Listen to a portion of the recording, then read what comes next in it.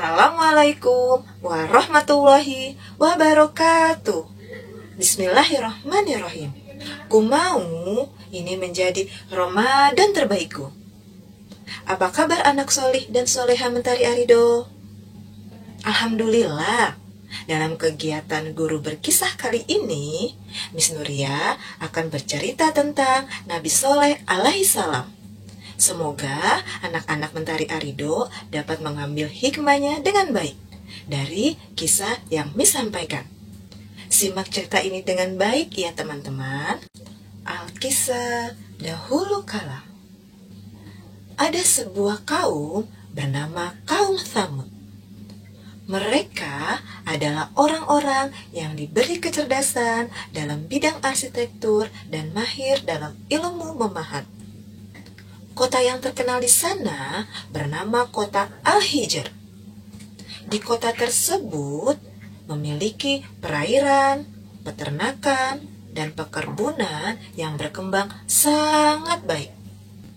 Akan tetapi, kejayaan membuat mereka jauh dari Allah. Mereka memiliki sikap yang tidak baik, seperti angkuh, sombong, berbohong, bahkan menyakiti orang-orang yang lemah di antara mereka. Mereka pun menyembah patung-patung berhala yang secara turun-temurun diwariskan kepada anak mereka dan cucu mereka.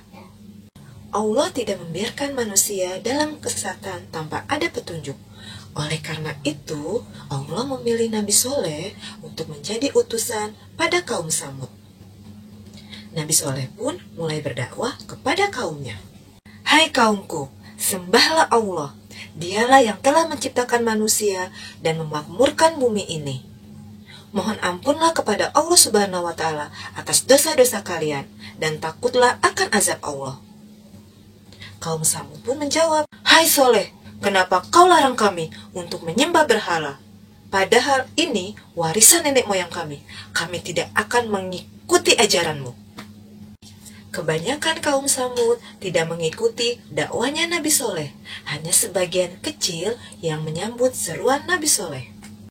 Melihat hal itu, para pemuda Tsamud pun membuat rencana.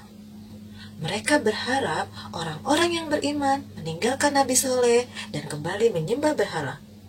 Para pemuda Tsamud menantang Nabi Soleh untuk mendatangkan mukjizat. Hai Soleh, jika kau seorang nabi, tunjukkan kepada kami mukjizatmu.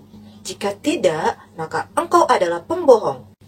Akan kutunjukkan kepada kalian suatu mukjizat. Tapi dengan syarat, kalian harus mengikutiku menyembah Allah. Akhirnya mereka pun pergi ke Bukit Berbatu.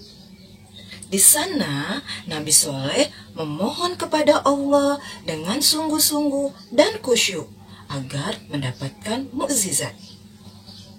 Dari dalam batu yang besar keluarlah unta yang istimewa. Unta tersebut memiliki badan yang besar, gemuk, dan berbulu tebal. Kaum Tsamud pun kaget, terpana. Nabi Soleh pun berkata, Inilah unta Allah, janganlah kalian mengganggunya, supaya tidak turun azab atas kalian.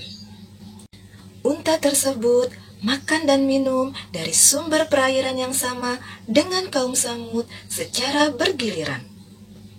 Air susu unta tersebut tidak pernah habis, cukup untuk memberi minum banyak orang setiap harinya. Sejak itu, pengaruh Nabi Soleh semakin besar. Dan orang-orang makin bertambah keyakinannya kepada Allah Subhanahu wa Ta'ala.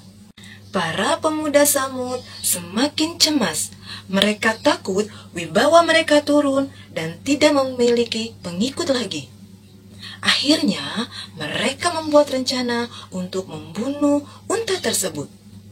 Mereka menyuruh 9 orang untuk membunuh unta istimewa. 9 orang tersebut membunuh unta dengan cara memanah dan menusuk unta tersebut hingga mati. Para pemuda kaum Samud mendatangi Nabi Soleh dengan penuh sombong dan kemenangan. "Hai Soleh, kami telah membunuh untamu. Datangkan azab yang telah kau janjikan kepada kami. Jika tidak, kau pembohong besar."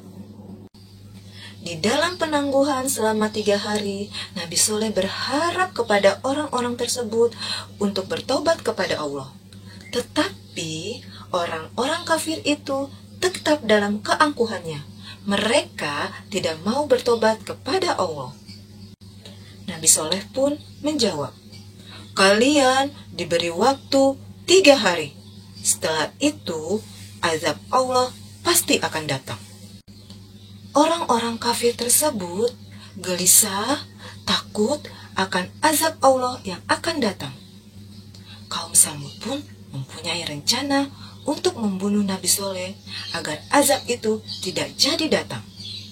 Mereka pun meminta kembali 9 orang untuk membunuh Nabi Soleh.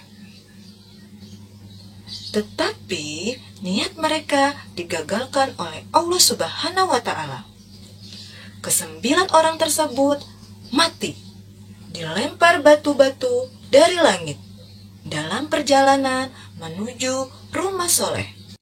Nabi Soleh dan para pengikutnya hijrah ke Palestina sebelum datangnya azab tersebut. Setelah 3 hari berlalu,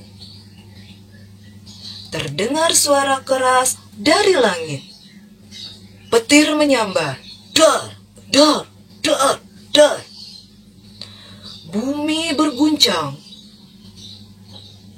karena gempa yang sangat dahsyat. Orang-orang kafir pun mati mengenaskan.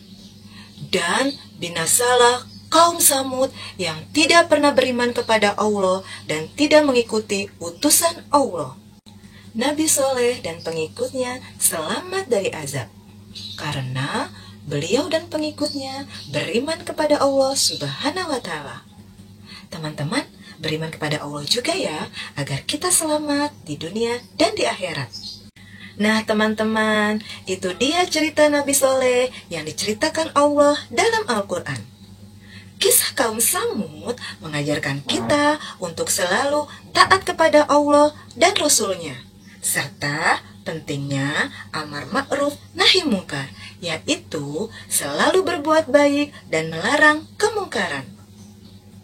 Demikian cerita dari Miss Nuria. Semoga kalian bisa mengambil hikmahnya dengan baik.